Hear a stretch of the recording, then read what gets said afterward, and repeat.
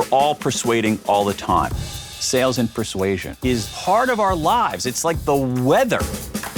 No matter what you do, you are in sales.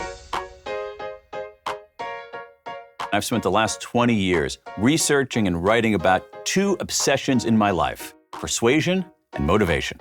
Persuasion is not some kind of magical thing that we do to manipulate people. It's not about tricking people. It's actually more beautiful than that. Whether you are an entrepreneur trying to raise money, whether you're an employee trying to convince your boss, whether you're a parent trying to persuade your kid, I'm going to show you how to do that. This approach is built on science.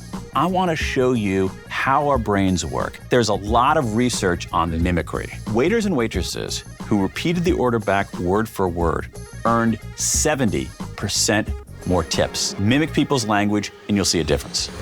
I think a lot of people approach pitching in the wrong way. Two scholars went to a whole set of Hollywood pitch meetings to see what was effective and what was not. If you look at the research, it is overwhelming. The pitches that were effective invite the other side in as a collaborator. Period.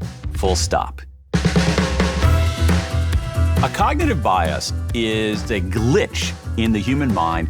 We all are subject to it. We have to watch for it because in 99 times out of 100, it's going to lead us astray. If you think about sales and persuasion and influence in a fresh way, you can be extraordinarily effective and do something really important for the world, other people, and ultimately, yourself.